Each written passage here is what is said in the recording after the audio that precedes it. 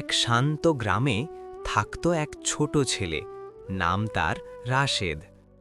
রাশেদ ছিল খুব গরিব, কিন্তু তার হৃদয় ছিল ঈমানে ভরা। প্রতিদিন ফজরের নামাজ শেষে সে মসজিদের এক কোণে বসে পড়ত। কারো কাছে কিছু চাইত না, শুধু নীরবে আল্লাহর কাছে দোয়া করত। একদিন এক লোক রাশেদকে বলল, তুমি কার কাছে কিছু চাও না কেন?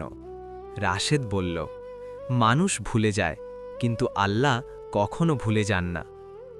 হঠাৎ একদিন গ্রামে এলো দুর্ভিক্ষ।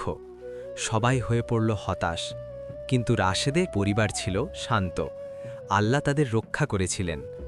তখন সবাই বুঝে গেল, নীরব দোয়া কখনো বৃথা যায় না। যে আল্লাহর উপর ভরসা করে, আল্লাহই তার জন্য যথেষ্ট।